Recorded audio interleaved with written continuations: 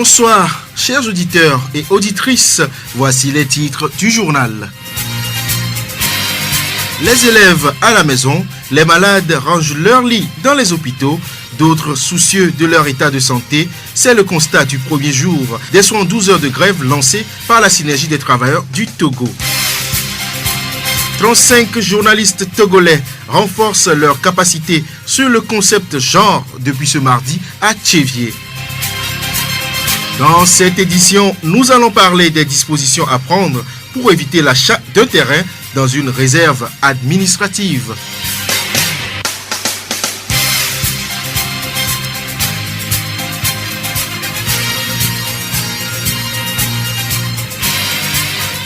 Radio Horizon à Thiévier sur 101.1. Suite à son assemblée générale extraordinaire tenue hier au centre communautaire de Tokoin, la Synergie des travailleurs du Togo observe depuis ce matin son mot d'ordre de 3 jours de grève. Selon Dr Gilbert Tcholenyanou, porte-parole de la Synergie des travailleurs du Togo, les mardis, mercredis et jeudis, les travailleurs vont observer une grève de 72 heures et qui va être suivie d'un sit-in le vendredi. Les travailleurs veulent ainsi dire qu'ils sont déterminés et qu'ils sont engagés à aller jusqu'au bout de leurs revendications et d'obtenir satisfaction. Le droit de grève est reconnu par la Constitution et par le Code du travail. C'est fort de ces dispositions que nous voyons que nous pouvons continuer de manière totale les mouvements de grève que nous observons. Fin de citation. La Synergie des travailleurs du Togo a retiré son représentant du comité de suivi du relevé de conclusion de l'accord du 20 février. Elle appelle le gouvernement à l'ouverture d'un dialogue entre lui et ses représentants. Nous appelons le gouvernement à un dialogue, mais sur des bases concrètes entre le gouvernement et la synergie, a ajouté Gilbert Tcholenyanou. Le gouvernement, quant à lui, dans un communiqué rendu public le week-end dernier, a jugé illégal le mot d'ordre de grève de la STT et a averti les travailleurs qui vont observer ce mot d'ordre qui vont être sanctionnés conformément aux dispositions légales en vigueur. Aujourd'hui, certains élèves sont retournés à la maison, d'autres sont descendus dans les rues pour réclamer la reprise des cours en toute tranquillité. Certains malades ont également rangé leur lit dans les hôpitaux pour retourner chez eux. Radio Horizon à Thiévier sur 101.1. Près d'une quarantaine de journalistes togolais renforcent leur capacité sur le concept genre. L'atelier a démarré aujourd'hui dans notre ville et va prendre fin jeudi 5 mars 2015. Organisé par le ministère de la Communication, l'atelier va permettre à ces journalistes d'avoir des notions sur l'importance de la femme dans la société pour un développement durable. La journée internationale de la femme va être célébrée le 8 mars prochain. Il est aussi nécessaire que les journalistes s'approprient la thématique du genre dans leur production. Madame Kouméalo Anaté, ministre de la Communication.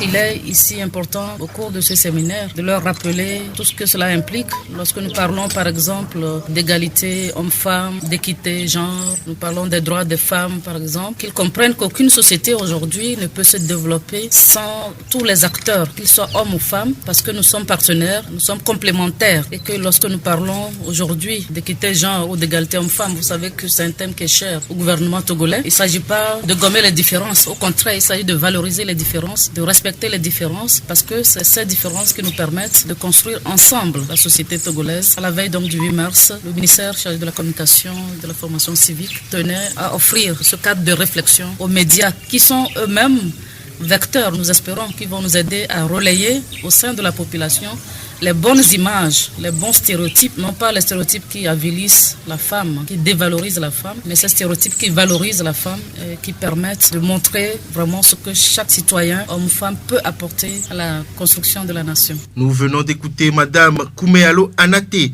ministre de la Communication. Notons que l'atelier connaît l'appui financier et technique du Fonds des Nations Unies pour la population, UNFPA. La voix du Zion. L'ONG Recherche, Conseil et Réseau pour le Développement Record forme une vingtaine de producteurs de céréales sur la connaissance du mainstreaming VIH. L'atelier a débuté ce mardi 3 et va prendre fin jeudi 5 mars 2015 à Thiévier. Pendant 3 jours, les participants vont acquérir des connaissances, aptitudes et attitudes en rédaction d'une politique de santé VIH. Les précisions avec Madame Eliane Aïfoli, directrice de l'ONG Record. Sans la santé, on ne peut rien. Malgré leur secteur spécifique qui est l'agriculture, nous pensons quand même que les producteurs doivent pouvoir être en bonne santé pour continuer à faire le travail qu'ils font. Et nous avons démarré ce travail avec eux depuis l'année passée, avec l'approche que nous appelons l'approche mainstreaming VIH, qui est adaptable à tout secteur d'activité. Que vous soyez agriculteur, que vous soyez artisan, que vous soyez ONG, vous pouvez mettre en application cette approche sans pour autant changer votre domaine d'activité. L'année passée, ça a permis quand même d'apporter cette information auprès des différents OP, même si nous n'avons pas pu couvrir tous les OP membres de l'UROPCM. Nous avons apporté l'information à environ 60 OP membres de cette fertière-là. Et il s'agit pour nous maintenant, pour cet atelier, après cette information, de voir comment on peut doter chaque OP d'un document que nous appelons document de code de santé VIH. Qu'est-ce qui va être mis dans le document du code de santé VIH, Madame Eliane Aïfoli? Il s'agira de mettre dans ce document les informations clés, à savoir comment faire pour freiner les maladies comme le VIH-Sida, l'hypertension, le cancer, pour que ces maladies-là ne viennent pas freiner le bon déroulement des activités des producteurs. Et il s'agira aussi de voir si ces maladies sont déjà là, si quelqu'un est déjà infecté parmi le groupe, ou si la personne est déjà atteinte du cancer, si la personne a déjà l'hypertension. Qu'est-ce que chaque organisation peut faire pour permettre quand même que cette personne retrouve sa santé et continue à produire comme il le faisait avant. Si nous prenons par exemple une OP qui s'est fixée comme objectif d'atteindre un certain nombre de tonnages, vous conviendrez avec moi que si une personne est malade ou 2 personnes sont malades, ils ne pourront plus atteindre cet objectif de tonnage qui se sont fixés. Alors qu'en donnant un coup de pouce à cette personne pour qu'il retrouve la santé, ils pourront maintenir l'objectif qu'ils se sont assignés au départ. Nous venons d'écouter Madame Eliane Aïfoli, directrice de l'ONG Record. Le mainstreaming VIH-Sida est une approche transversale utilisée au niveau de l'Union régionale des organisations des producteurs de céréales. Elle permet de réduire les risques d'infection au VIH et permet aussi de lutter contre la stigmatisation et la discrimination au sein de l'Union. Agbagnon Maouli, gérant de l'Union régionale des organisations des producteurs de céréales de la région maritime. Une fois que les multiplicateurs sont formés, ils s'en vont dans les OPC pour permettre aussi à tous ces producteurs-là d'être sensibilisés et de s'informer sur les risques potentiels auxquels ils sont liés vis-à-vis au VIH-Sida, mais aussi pour ceux qui sont déjà peut-être infectés dans les groupes, comment ils doivent s'y prendre pour éviter la discrimination et la stigmatisation. Donc, à long terme, c'est d'abord de permettre à nos producteurs de rester toujours en bonne santé, mais aussi d'éviter la stigmatisation au sein des organisations de producteurs. Tout ceci ayant pour but donc de permettre une bonne évolution de nos activités en vue de l'atteinte de nos objectifs, c'est-à-dire l'amélioration de la sécurité alimentaire, mais aussi du revenu des producteurs céréaliers. Agbagnon Maouli, gérant de l'Union régionale des organisations des producteurs de céréales de la région maritime. La voix du Zion. Les problèmes fonciers restent un casse-tête pour les populations et les autorités togolaises.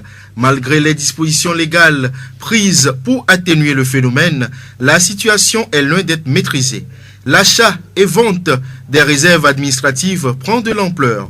Quelles sont les dispositions légales à prendre pour éviter l'achat d'un terrain situé dans une réserve administrative? Monsieur Atigan Isidore, topographe agréé.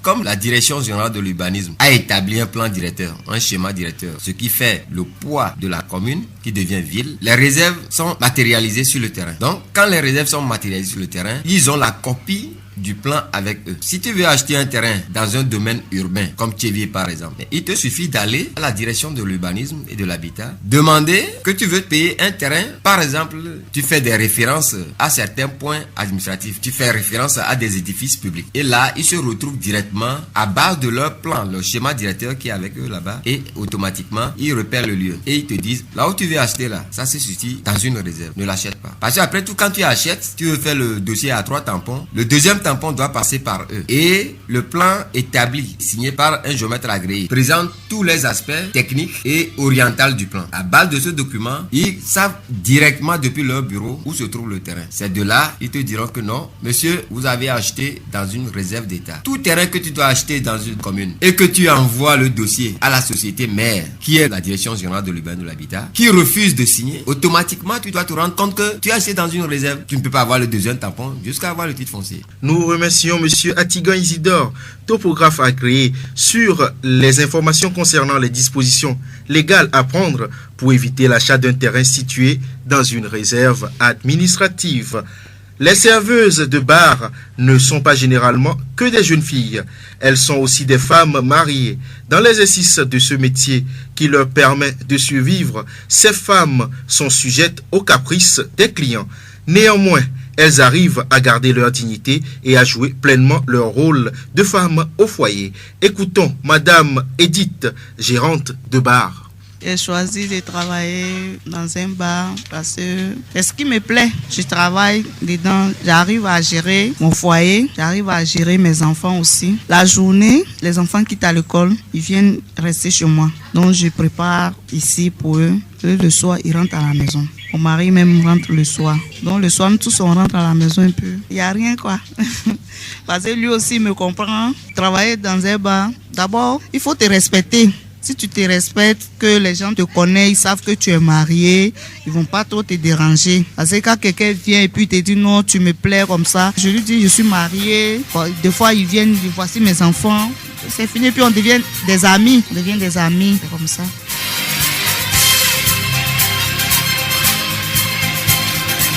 Je n'étais pas un messie, mais un homme ordinaire qui était devenu un leader en raison de circonstances extraordinaires. Nelson Mandela. C'est avec cette citation que nous refermons ce journal. Merci de l'avoir suivi. Merci à toute l'équipe de la rédaction. Togbe Philippe, Pascal Woglo, Togbe Victor, Blessing Possonia. Réalisation Gaëtan Amouzou. Présentation Edem Abitossou. Gardez la fréquence pour la suite de nos programmes.